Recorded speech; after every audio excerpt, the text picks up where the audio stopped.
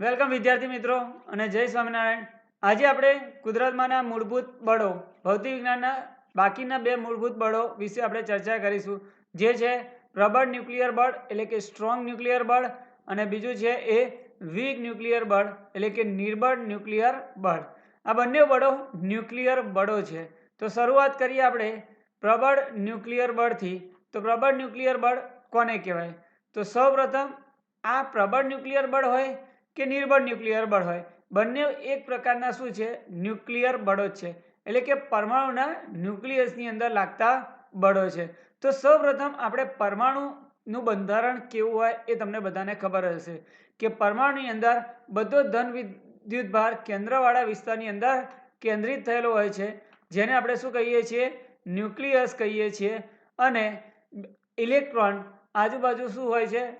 ચોક્કસ કક્ષામાં ભ્રમણ કરતા હોય છે। તો વિદ્યાર્થી મિત્રો, પરમાણુ શેનો બનેલો હોય છે?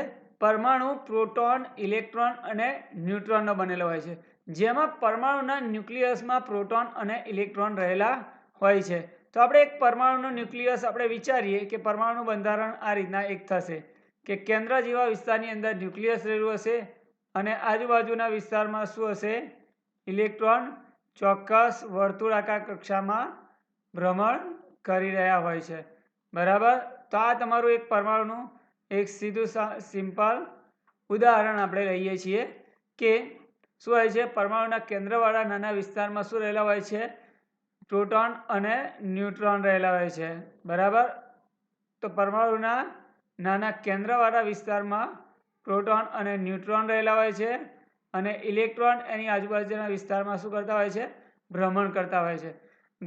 આ ન્યુક્લિયસ, પરમાણુના ન્યુક્લિયસમાં ઘણા બધા પ્રોટોન અને ન્યુટ્રોન હોય છે। તમને બધાને ખબર જ છે કે પ્રોટોન કેવો વિદ્યુત ભાર ધરાવે છે? ધન વિદ્યુત ભાર ધરાવે છે।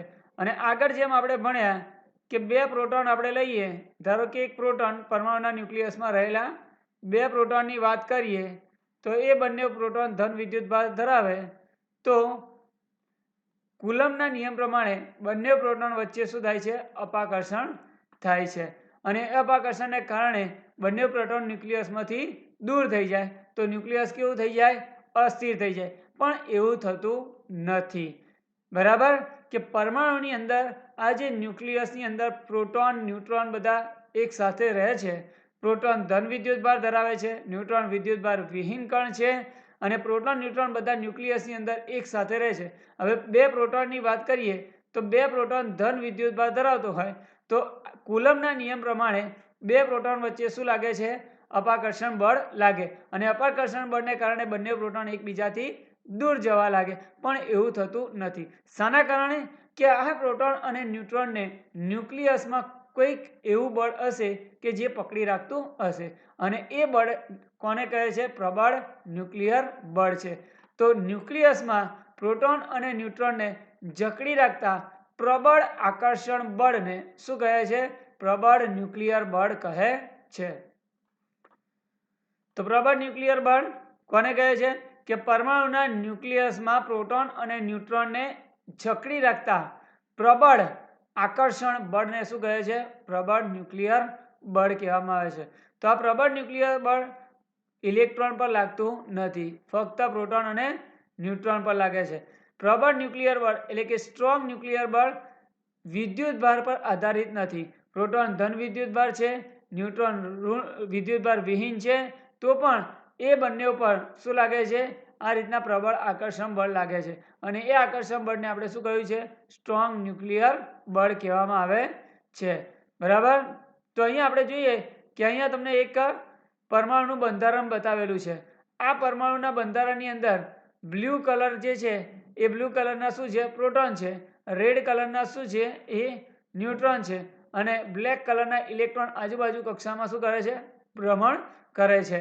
તો આ જે ન્યુક્લિયસની અંદર પ્રોટોન અને ન્યુટ્રોનને એકબીજા સાથે જે જકડી રાખતું બળ છે એ બળ આપણે કહ્યું છે પ્રબળ ન્યુક્લિયર બળ છે।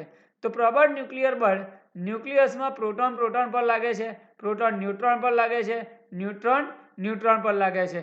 એટલા માટે પ્રબળ ન્યુક્લિયર બળ એ વિદ્યુત ભાર પર આધારિત છે નહીં, એટલે કે બંને કણો પર લાગે છે। ઇલેક્ટ્રોન પર લાગતું નથી. કેમ? કારણ કે ઇલેક્ટ્રોન એ પ્રોટોન અને ન્યુટ્રોન ન્યુક્લિયસથી થોડાક દૂર હોય છે, એટલા માટે ઇલેક્ટ્રોન પર પ્રબળ ન્યુક્લિયર બળ લાગતું નથી. બરાબર. તો પ્રબળ ન્યુક્લિયર બળની અવધિ એટલે કે વિસ્તાર કે સ્ટ્રોંગ ન્યુક્લિયર બળનો વિસ્તાર ન્યુક્લિયસના પરિમાણ એટલે કે ખૂબ જ ઓછા અતિ સૂક્ષ્મ 10⁻14 મીટરના વિસ્તારમાં જ પ્રબળ ન્યુક્લિયર બળ લાગે છે. એટલે કે એક જે પ્રોટોન હોય એ એની આજુબાજુ 10⁻14 મીટરના વિસ્તારમાં રહેલા પ્રોટોન અને ન્યુટ્રોન પર પ્રબળ આકર્ષણ બળ લગાડી શકે છે. બીજા પ્રોટોન ન્યુટ્રોન પર આ બળ લાગતું નથી.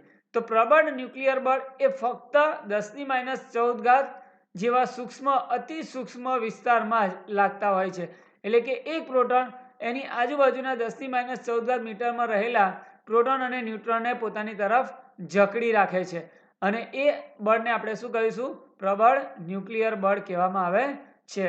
અને ઇલેક્ટ્રોન જે છે એ ઘણો દૂર હોય છે. ન્યુક્લિયસની બહાર એ કક્ષાની અંદર ભ્રમણ કરતો હોય છે, એટલે ઇલેક્ટ્રોન પર પ્રબળ ન્યુક્લિયર બળ લાગતું નથી. બરાબર. આ લઘુ અંતરીય બળ છે. કેમ લઘુ અંતરીય બળ કહ્યું? કે ખૂબ જ ઓછા અતિ સૂક્ષ્મ અંતરની અંદર આ ન્યુક્લિયર બળ લાગતું હોય છે, અને એટલા માટે એને શું કહ્યું છે? લઘુ અંતરીય બળ કહ્યું છે. આગળ ગુરુત્વાકર્ષણ બળ અને વિદ્યુત ચુંબકીય બળ કેવા હતા? ગુરુ અંતરીય બળ હતું. ગમે તે અંતરે એ બળ લાગતા હોય છે, પણ પ્રબળ ન્યુક્લિયર બળ અને નિર્બળ ન્યુક્લિયર બળ એ લઘુ અંતરીય બળ છે. એ ખૂબ જ સૂક્ષ્મ વિસ્તારની અંદર જ લાગતા હોય છે. બધા જ મૂળભૂત બળોમાંથી સૌથી પ્રબળ બળ છે. જેમ નામ છે એમ પ્રબળ ન્યુક્લિયર બળ એ બધા જ મૂળભૂત બળોમાંથી કેવું છે? સૌથી પ્રબળ બળ છે. એવું છે? સ્ટ્રોંગ છે. એટલે કે એની અવધિ પણ ખૂબ જ વધારે હશે, એનું આકર્ષણ બળ પણ ખૂબ જ વધારે હશે. એટલે કે વિદ્યુત બળ કરતાં પણ પ્રોટોન પર લાગતું આ પ્રબળ ન્યુક્લિયર બળ કેવું હશે? ખૂબ જ વધારે હશે, ખૂબ જ આકર્ષિત હશે, અને એટલા જ માટે પ્રોટોન અને ન્યુટ્રોન ન્યુક્લિયસમાં જકડી રહે છે. તો પ્રબળ ન્યુક્લિયર બળ અંગેના અગત્યના મુદ્દાઓ જોઈએ. તો પ્રબળ ન્યુક્લિયર બળ એ કેવા પ્રકારનું બળ છે? આકર્ષી પ્રકારનું બળ છે. એ પ્રોટોન ન્યુટ્રોન ને એકબીજાની તરફ શું કરે છે? આકર્ષે છે. એટલે કે પ્રબળ ન્યુક્લિયર બળ એ કેવા પ્રકારનું બળ છે? આકર્ષી પ્રકારનું બળ છે. પ્રબળ ન્યુક્લિયર બળ એ વિદ્યુતભાર પર આધારિત છે નહીં. એ એના પર કયો વિદ્યુતભાર છે? ધન વિદ્યુતભાર છે કે ઋણ વિદ્યુતભાર છે કે વિદ્યુતભાર વિહીન કર છે? એ બધા પર આ પ્રબળ ન્યુક્લિયર બળ લાગે છે. ત્રીજો મુદ્દો જોઈએ. તો જેમ આગળ આપણે કહ્યું એમ કે પ્રબળ ન્યુક્લિયર બળ એ કયું છે? લઘુ અંતરીય બળ છે, કે એની અવધિ ખૂબ જ ઓછી ન્યુક્લિયસ પૂરતી જ મર્યાદિત છે. અને પ્રબળ ન્યુક્લિયર બળ બીજા બધા બળોમાંનું સૌથી પ્રબળ બળ છે. બરાબર. પ્રબળ ન્યુક્લિયર બળ કેટલું વધારે છે? તો પ્રબળ ન્યુક્લિયર બળ એ વિદ્યુત ચુંબકીય બળ કરતાં 100 ગણું વધારે છે. એટલે કે 10⁻2 ગણું વધારે છે. એટલે અને પ્રબળ ન્યુક્લિયર બળ એ ગુરુત્વાકર્ષણ બળ કરતાં 10⁻38 જેટલું વધારે હોય છે, એમ આપણે કહી શકીએ છીએ. તો આ ન્યુક્લિયર બળો પણ ખૂબ જ અગત્યના છે. બરાબર. પ્રબળ ન્યુક્લિયર બળ એ સંરક્ષી બળ નથી, કેન્દ્રગામી બળ નથી. બરાબર. તો પ્રબળ ન્યુક્લિયર બળના આપણે અમુક ઉદાહરણ જોઈએ કે આ ન્યુક્લિયર ઉર્જા કે પ્રોટોન અને ન્યુટ્રોનને ન્યુક્લિયસમાં જકડી રાખતી જે છે એ બળને આપણે શું કહ્યું? પ્રબળ ન્યુક્લિયર બળ. હવે જ્યારે એ ન્યુક્લિયસ એ પરમાણુ ન્યુક્લિયસનું વિખંડન થાય છે, ત્યારે એ બળની અંદર રહેલી ઉર્જા સ્વરૂપે બહાર શું થાય છે? વિકિરણ થાય છે. એટલે ન્યુક્લિયર વિખંડન અને ન્યુક્લિયર સંલયન તમને ખબર જ હશે. સૂર્ય પર થતી ન્યુક્લિયર વિખંડન ન્યુક્લિયર સંલયનની પ્રક્રિયા કોને આભારી છે? આ ન્યુક્લિયર બળોને આભારી છે. અને એ ન્યુક્લિયરનું વિખંડન થાય, ન્યુક્લિયરનું સંલયન થાય, એટલે એની અંદરથી વિપુલ પ્રમાણમાં ઉર્જા આપણને મળે છે.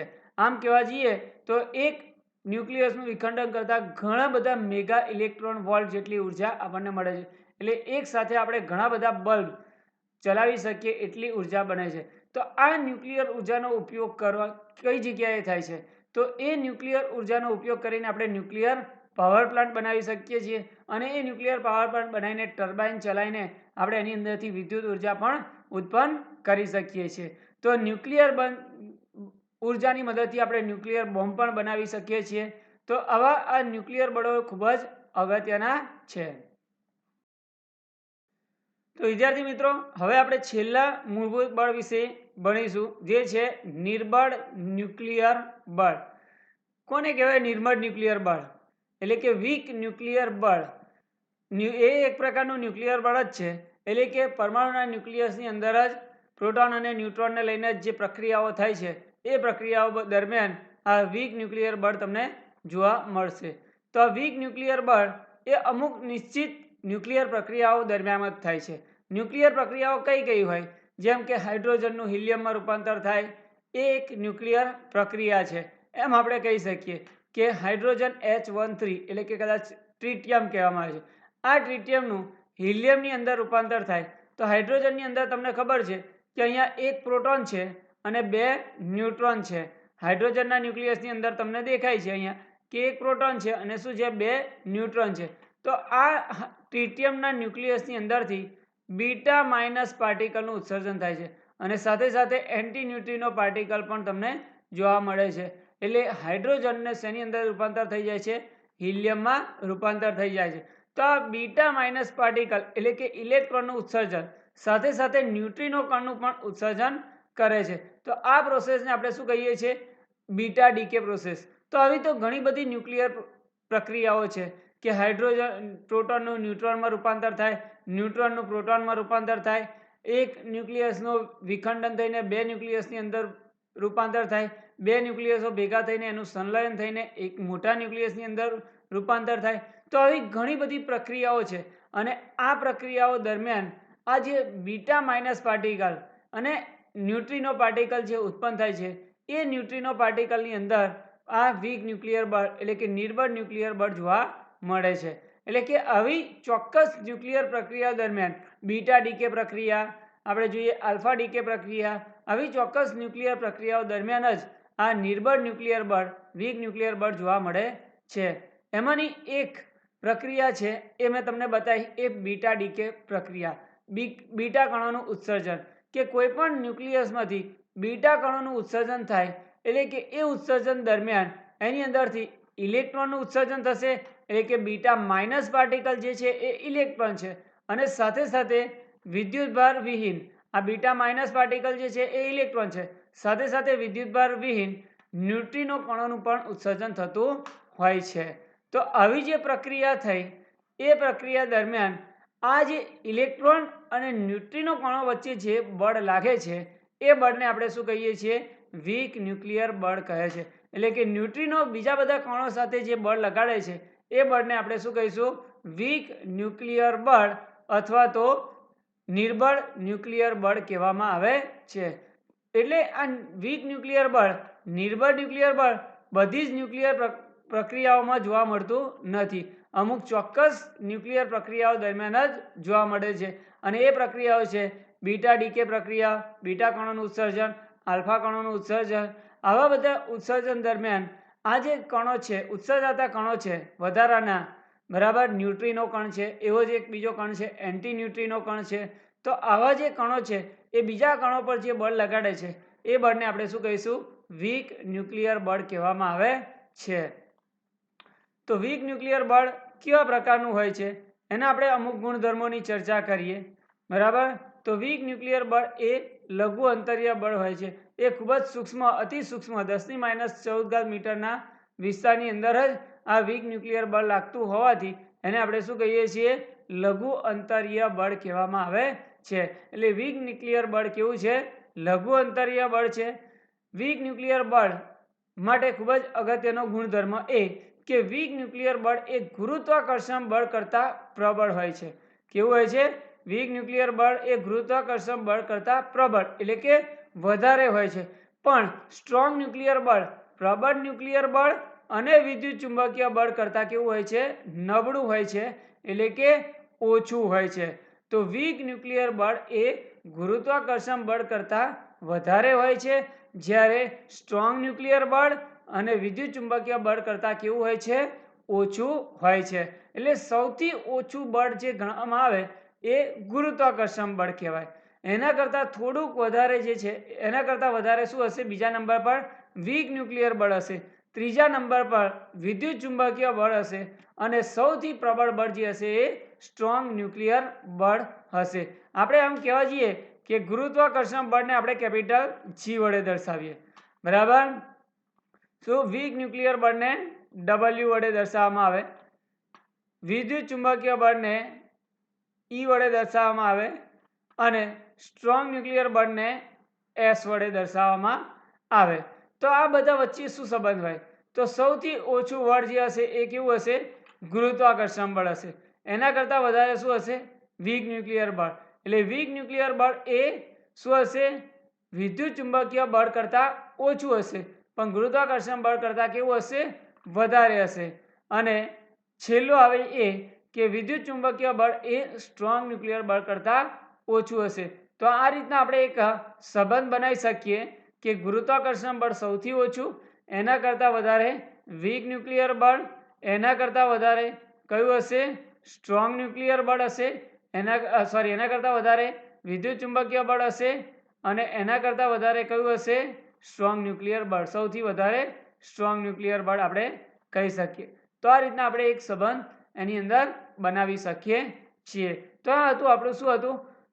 નિર્બળ ન્યુક્લિયર બળ એટલે કે વીક ન્યુક્લિયર બળ. વીક ન્યુક્લિયર બળ માટે એક થોડુંક રિવિઝન કરી દઈએ એટલે આપણને ખબર પડે કે વીક ન્યુક્લિયર બળ કેવું હતું. અમુક ચોક્કસ ન્યુક્લિયર પ્રક્રિયાઓ દરમિયાન જ જોવા મળે છે. તો વીક ન્યુક્લિયર બળ અમુક ચોક્કસ ન્યુક્લિયર પ્રક્રિયાઓ દરમિયાન જ જોવા મળે છે કે ન્યુક્લિયસમાંથી જ્યારે બીટા કણોનું ઉત્સર્જન થાય છે ત્યારે એની અંદર ઇલેક્ટ્રોનની સાથે સાથે એક એન્ટી ન્યુટ્રિનો અને ન્યુટ્રિનો કણોનું ઉત્સર્જન થાય છે. આ ન્યુટ્રિનો કણો જે બીજા બધા કણો પર જે બળ લગાડે છે એને શું કહીએ છીએ આપણે? વીક ન્યુક્લિયર બળ કહેવામાં આવે છે. તો વીક ન્યુક્લિયર બળ એ કેવું છે? લઘુ અંતરીય બળ છે. ન્યુક્લિયસ પૂરતું જ મર્યાદિત હોવાથી ખૂબ જ સૂક્ષ્મ વિસ્તારની અંદર વીક ન્યુક્લિયર બળ લાગે છે, બરાબર. અને વીક ન્યુક્લિયર બળ એ ગુરુત્વાકર્ષણ બળ કરતાં પ્રબળ પણ વિદ્યુત ચુંબકીય બળ અને સ્ટ્રોંગ ન્યુક્લિયર બળ કરતાં કેવું હોય છે? નિર્બળ હોય છે, ઓછું હોય છે. તો આમ આપણા કુદરતની અંદર પ્રવર્તતા મૂળભૂત બળો 4 પ્રકારના થયા. 4 બળોને આપણે મૂળભૂત બળો તરીકે સ્વીકારી લીધા. એમાં પહેલું બળ કયું હતું? ગુરુત્વાકર્ષણ બળ, સૌથી નબળું બળ. બીજું બળ કયું આવે? વીક ન્યુક્લિયર બળ, એના કરતાં થોડુંક વધારે. ત્રીજું બળ કયું આવે?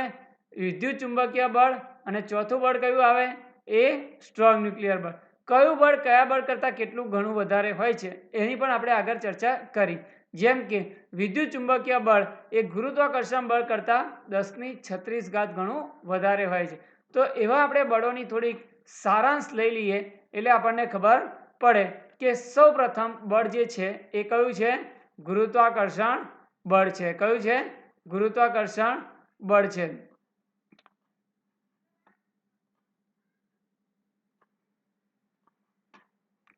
તો ગુરુત્વાકર્ષણ બળની પ્રબળતા કેટલી છે? 10⁻38. એની અવધિ કેટલી થાય છે? અનંત સુધી વિસ્તરેલી છે. કોની વચ્ચે પ્રવર્તે છે? તો વિશ્વમાં રહેલા દરેક પદાર્થો વચ્ચે ગુરુત્વાકર્ષણ બળ લાગતું હોય છે. બીજું વાત કરીએ એ વીક ન્યુક્લિયર બળ અથવા તો નિર્બળ ન્યુક્લિયર બળ. તો નિર્બળ ન્યુક્લિયર બળની અવધિ કેટલી હોય છે? 10⁻13. તો હવે અહીંયા તમારે ગુરુત્વાકર્ષણ બળ કરતાં વીક ન્યુક્લિયર બળ કેટલું વધારે હોય? તો આ બંનેનો શું કરવામાં આવે છે? ભાગાકાર કરવામાં છે. 10⁻13 ભાગ્યા 10⁻38 કરો એટલે તમને જવાબ મળી જશે. તો વીક ન્યુક્લિયર બળ કોની કોની વચ્ચે લાગે છે? તો એ અતિ સૂક્ષ્મ એવા ન્યુક્લિયરના પરિમાણ કરતાં પણ ઓછા અંતરમાં વીક ન્યુક્લિયર બળ લાગતું હોય છે. વીક ન્યુક્લિયર બળ કેટલાક મૂળભૂત કણો ખાસ કરીને ઇલેક્ટ્રોન, ન્યુટ્રિનો અને એન્ટી ન્યુટ્રિનો વચ્ચે લાગતું હોય છે. વિદ્યુત ચુંબકીય બળની વાત કરીએ. ત્રીજું બળ વિદ્યુત ચુંબકીય બળ. તો વિદ્યુત ચુંબકીય બળની અવધિ કેટલી છે? 10⁻2 ક્રમની હોય છે. એનું સાપેક્ષ મૂલ્ય 10⁻2 ક્રમનું છે. એની અવધિ કેવી છે? અનંત છે. કોઈ પણ અંતરે રહેલા વિદ્યુત ભારો વચ્ચે આ વિદ્યુત ચુંબકીય બળ લાગી શકે છે અને વિદ્યુત ભારિત કણો વચ્ચે પ્રવર્તે છે, એટલે કે પ્રોટોન અને ન્યુટ્રોન વચ્ચે પ્રવર્તે છે. ચોથું બળ છે એ પ્રબળ ન્યુક્લિયર બળ એટલે કે સ્ટ્રોંગ ન્યુક્લિયર બળ. સ્ટ્રોંગ ન્યુક્લિયર બળની પ્રબળતા કેટલી હોય છે? 1 લેવામાં આવે છે. જે કેટલા અંતર સુધી લાગે છે? ખૂબ જ સૂક્ષ્મ અંતરમાં લાગે છે. અને કોની કોની વચ્ચે લાગે છે? ન્યુક્લિયોન્સ વચ્ચે એટલે કે પ્રોટોન અને ન્યુટ્રોન વચ્ચે લાગતું હોય છે. આમ આપણે આ કુદરતમાં પ્રવર્તતા 4 મૂળભૂત બળો પૈકીનું આ એક સારાંશ સ્વરૂપે યાદ રાખવાનું છે. આના પરથી તમને ખબર પડે, દાખલા તરીકે આપણે જોવું હોય કે વિદ્યુત ચુંબકીય બળ એ ગુરુત્વાકર્ષણ બળ કરતાં કેટલા ગણું વધારે હોય છે. તો વિદ્યુત ચુંબકીય બળ એ ગુરુત્વાકર્ષણ બળ કરતાં કેટલા ગણું વધારે હોય છે શોધવું હોય તો ગુરુત્વાકર્ષણ બળની સાપેક્ષ અવધિ કેટલી છે? 10⁻38 અને વિદ્યુત ચુંબકીય બળનું સાપેક્ષ મૂલ્ય કેટલું છે? 10⁻2. તો આપણે અહીંયા કરી શકીએ કે 10⁻2 વિદ્યુત ચુંબકીય બળની અવધિ છે ભાગ્યા શું કરવાનું? ગુરુત્વાકર્ષણ બળની સાપેક્ષ મૂલ્ય કેટલું છે? 10⁻38. કેટલી છે? 10⁻38. જવાબ શું આવશે? તમને બધાને ખબર જ છે. કેટલો જવાબ આવશે? 10⁻36 આવશે. શું આવશે? 10⁻36 આવશે. બરાબર. એટલે કે વિદ્યુત ચુંબકીય બળ ગુરુત્વાકર્ષણ બળ કરતાં કેટલા ગણું વધારે હોય છે? 10⁻36 ગણું વધારે હોય છે. આવી રીતના તમે કોઈ પણ કરી શકો. બરાબર. દાખલા તરીકે આપણે ગણવું હોય કે સ્ટ્રોંગ ન્યુક્લિયર બળ એ ગુરુત્વાકર્ષણ બળ કરતાં કેટલા ગણું વધારે હોય છે. તો સ્ટ્રોંગ ન્યુક્લિયર બળ એ ગુરુત્વાકર્ષણ બળ કરતાં કેટલા ગણું વધારે હોય છે? તો સ્ટ્રોંગ ન્યુક્લિયર બળનું સાપેક્ષ મૂલ્ય છે 1 અને ગુરુત્વાકર્ષણ બળનું સાપેક્ષ મૂલ્ય છે 10⁻38. તો આપણે લખીએ કે 1ના છેદમાં શું લખાય? 10⁻38. બરાબર. શું લખાય? 10⁻38. એટલે જવાબ શું આવે? 10⁻38 તમારો જવાબ આવશે. બરાબર. એટલે કે સ્ટ્રોંગ ન્યુક્લિયર બળ, પ્રબળ ન્યુક્લિયર બળ એ ગુરુત્વાકર્ષણ બળ કરતાં કેટલા ગણું વધારે હોય છે? 10⁻38 ગણું વધારે હોય છે. તો આ જ રીતના વિદ્યાર્થી મિત્રો તમે કોઈ પણ બળ બીજા બળ કરતાં કેટલા ગણું વધારે છે એ તમે શોધી શકો છો. આમ આપણે આ કુદરતમાં પ્રવર્તતા 4 મૂળભૂત બળો જોયા. બરાબર. પહેલું બળ ગુરુત્વાકર્ષણ બળ, બીજું બળ વીક ન્યુક્લિયર બળ એટલે કે નિર્બળ ન્યુક્લિયર બળ, ત્રીજું બળ ચુંબકીય બળ અને વિદ્યુત ચુંબકીય બળ અને ચોથું છે એ પ્રબળ ન્યુક્લિયર બળ. બરાબર. ચારેયનો એક વખત સારાંશ આપણે ફરી લઈ લઈએ કે ગુરુત્વાકર્ષણ બળ જે છે એ વિશ્વમાં રહેલા દરેક પદાર્થો પર આકર્ષણ બળ જે લગાડે છે એને આપણે શું કહીએ છીએ? ગુરુત્વાકર્ષણ બળ કહીએ છીએ. ગુરુત્વાકર્ષણ બળની અવધિ કેટલી હોય છે? અનંત અંતરે હોય છે. બરાબર. બીજું બળ છે એ વીક ન્યુક્લિયર બળ. વીક ન્યુક્લિયર બળ એ કોના કોના વચ્ચે લાગે છે? તો વીક ન્યુક્લિયર બળ અમુક ચોક્કસ નિશ્ચિત ન્યુક્લિયર પ્રક્રિયાઓની અંદર ઉત્પન્ન થતા ઇલેક્ટ્રોન અને ન્યુટ્રિનો વચ્ચે શું લાગે છે? વીક ન્યુક્લિયર બળ લાગે છે. ત્રીજું લઈએ વિદ્યુત ચુંબકીય બળ. તો વિદ્યુત ચુંબકીય બળ કોની વચ્ચે પ્રવર્તે છે? વિદ્યુત ભારિત કણો વચ્ચે પ્રવર્તે છે. હવે અહીંયા વિદ્યુત ભારિત કણો એટલે શું તમને ખબર પડી ગઈ હશે કે વિદ્યુત ચુંબકીય બળ પ્રોટોન અને ઇલેક્ટ્રોન વડે ઉત્પન્ન થતું બળ છે. અને પ્રબળ ન્યુક્લિયર બળ કોને કહે છે? તો પ્રબળ ન્યુક્લિયર બળ ન્યુક્લિયસની અંદર રહેલા પ્રોટોન અને ન્યુટ્રોન પર લાગતું બળ છે. પ્રોટોન અને ન્યુટ્રોન ન્યુક્લિયસની અંદર રહેતા હોવાથી એને સંયુક્ત રીતે આપણે શું કહીએ છીએ? ન્યુક્લિઓન્સ કહેવામાં આવે છે. તો ન્યુક્લિયસને કોને કહેવામાં આવે છે? પ્રોટોન અને ન્યુટ્રોન બંનેને સહિયારું નામ આપી દીધું આપણે શું? ન્યુક્લિઓન્સ આપી દીધું. એટલે ન્યુક્લિઓન્સ કદાચ કહેવામાં આવે તો તમને ખબર હોય છે એ પ્રોટોન અને ન્યુટ્રોન માટે વપરાતો શબ્દ છે. તો આમ વિદ્યાર્થી મિત્રો આ 4 મૂળભૂત બળો તમારા માટે ખૂબ જ અગત્યના છે. આ મૂળભૂત બળોના એક પોઈન્ટ એક માર્ક્સના પ્રશ્નની અંદર તમને પૂછાઈ શકે છે. એટલે 4 મૂળભૂત બળોની ટૂંક નોંધ આપણે તૈયાર કરી દેવામાં આવે છે.